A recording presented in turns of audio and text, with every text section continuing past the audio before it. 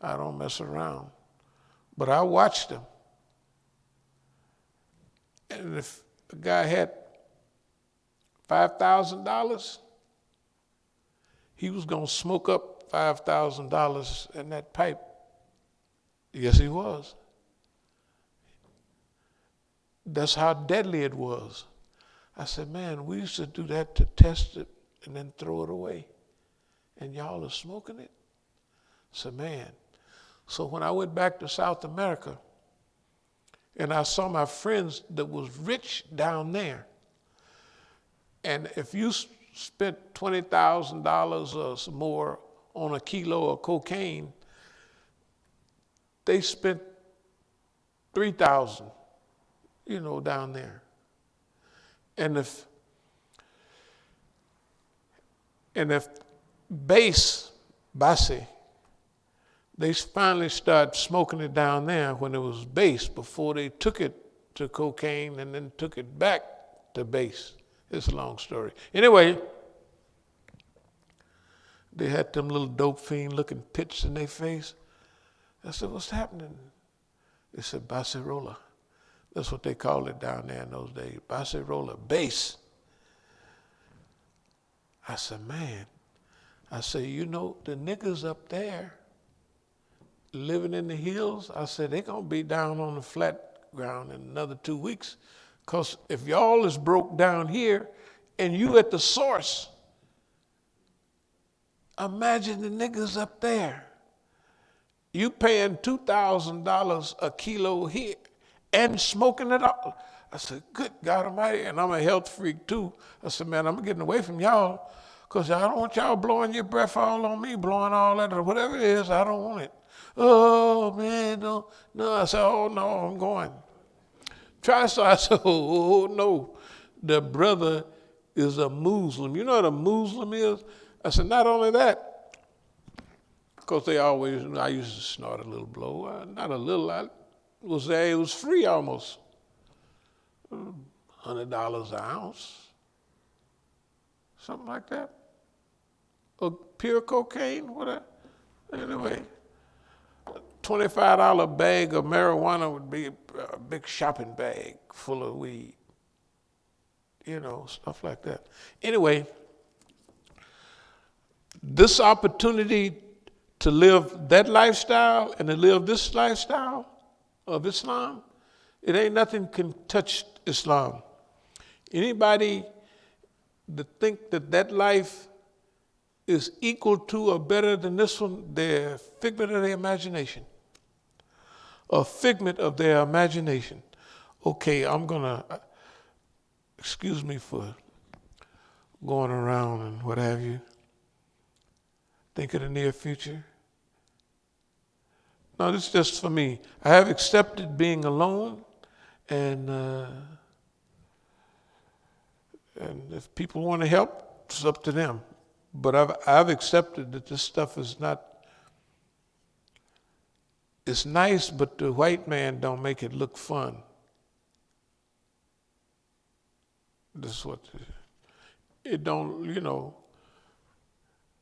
Your family, your friends. I treat family good. But if they take the wrong side, you can use that as a benefit. If they messed with my sons out there and call themselves ruining their life, it's because my sons didn't stick to this, and I don't blame them for none of it. None of it, because the boss man put too much pressure on you, you're gone. So, but they're happy as they can be running around. The happy dope fiends, they're doing fine. And they're not little babies anymore. They're 55. Shoot. My oldest son is 55, 56 years old or something, and my youngest son is 50-something, 50, 68. How many years is that? 53 years? He's 53 years old. Okay. And then boss man then gave them a deal so they can use all the dope that they want, and and stuff like that. They got it going on. it worked out, fine. And my daughters, that's fine, you know. Their mamas are first class police, not first class, dumb police. This girl is pretending when she goes around here and y'all think she look like she got sense. That ain't true. And they can see it all on here. Sister by here haven't got no sense. That's just the way it is. She don't have no sense. I mean, the white folks sense or nothing, you know. But I'm dedicated to help them. And my daughters, remember the SNFs over there, Sakina and Fatima's? Okay, you could remember after Juma, they used to, Sakina would stand down there and collect money, then Fatima would. Okay, and all of a sudden, they wouldn't do it anymore. You can see the stuff down there in the room. There's all the CDs and all that. I would just think how good this is. I'm gonna pack the table with all this stuff. You just gotta stand there and take the money. So they get a little feel of, but they don't have to move it, that's a pretty good job. That's pretty good daddy too, and you're gonna make 80, 90, 100 and some dollars, and you don't have to pay for it. I'm gonna go, just to get them used to selling, because if they get stuck in that, with an education and all they know is what the white folks taught them, you wanna see a nigga last a while, you put him in business. If he got, look, you're gonna have some sense. Tell the truth. If you go into business, you got to have sense. You can't just be in there just, yeah. You'll be broke. So anyway, that's a relief, because if people put them in the boss man schools, and then the supervisor, Sister Bahia, they can't do anything to them. So I'm home free. Home free. No problem, right? They'll get the idea, they'll get on the right team in time, but not now. Huh? Everybody seems to be talking about school is no good and it's not benefiting you. Of course. COVID-19 exposed that. That the public education system, the state ran daycare. COVID-19, it's obvious now. Everybody knows that. That's out of that. That's why we've been saying for years, all we have to do is do what Allah show us to do. Just read the Quran, all the guidance is in there, because they gonna do what Pharaoh did, and they can't do anything else. Why? Because belief is belief, and non-belief is non-belief. So anyway, let me speed up a little.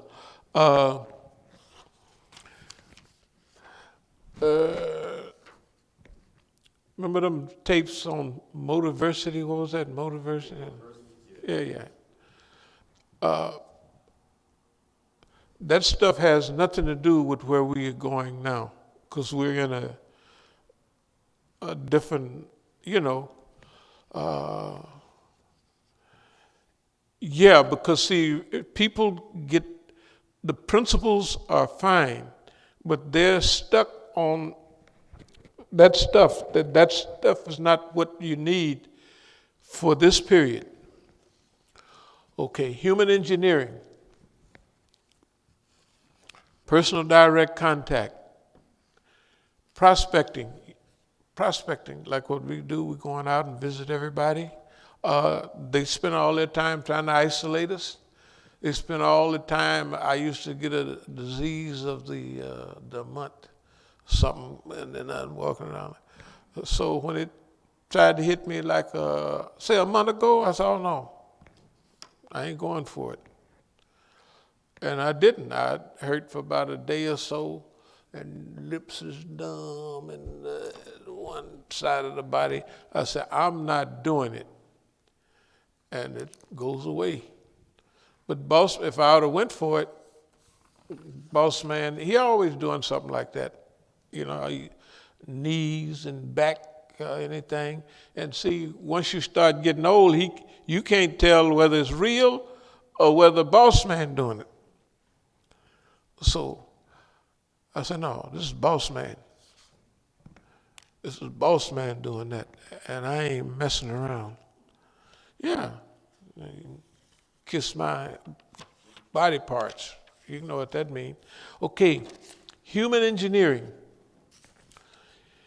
Harmonizing with objections. If people see, like a lot of things that we're trying to do, people object to it because they don't see a good benefit from it. You know, they say, why do that when you're going to get the whole system against you? Well, the only reason we're doing this is because the Quran says that boss man is the bad guy, and they look over in the fire, and they say, oh, ain't nobody going to want to go down there. Then they say, well, look what's around that. Then they say, I don't think they're going to miss that boy. They say, well, maybe you just want to do good? So you want to do good, huh? Well, then they look and say, man, that's paradise? Everybody gonna want to go there, right? That's what the hadith say. Everybody, man, I'm getting packed up to go to paradise. Then they say, just a second, look what's surrounding paradise. Then the hadith say, I don't think nobody gonna make it because everything is there, right? Now, imagine us. That's what we're doing. We're taking the paradise road. And when anybody look, I wouldn't want the white man doing that to me. I wouldn't want them doing that. But that's how you're going to get to heaven. They wouldn't want none of this. That's too bad for them. You know. Okay. Let's see if there's anything. Human engineering, we talked about that. Psychozoic stage. Space age, space race thinking. Ability to outgrow what? Anything, any challenge, any obstacle that's put in front of you. Okay.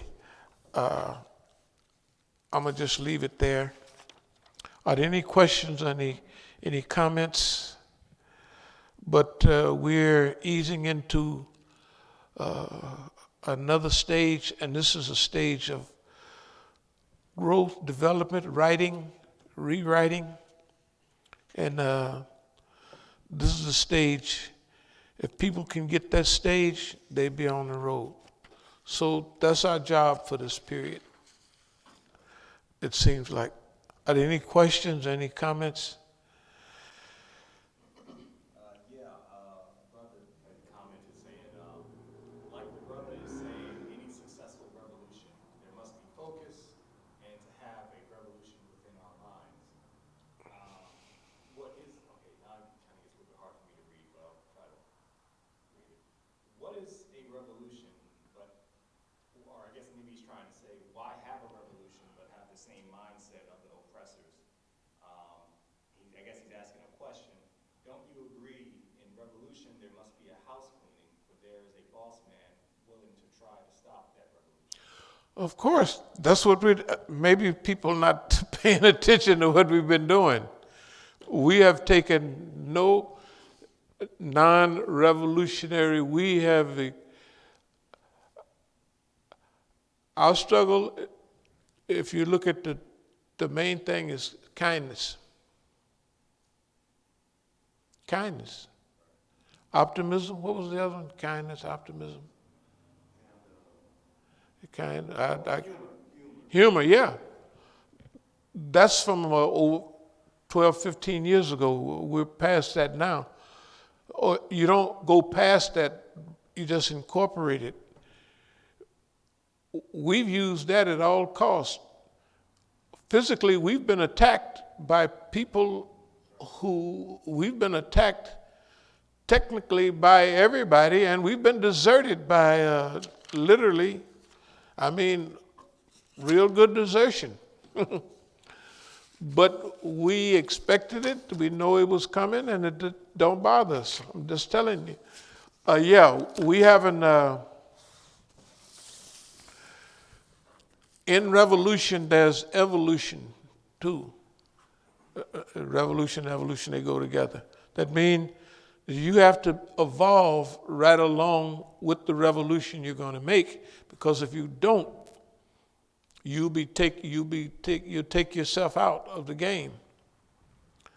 So if you don't overcome the love of wealth, you can't give it away, because you want it all for yourself, right? You want it all for yourself. Or maybe you give a little to a couple of friends here and there, but if you down with that wealth, if you're down with girls, you want to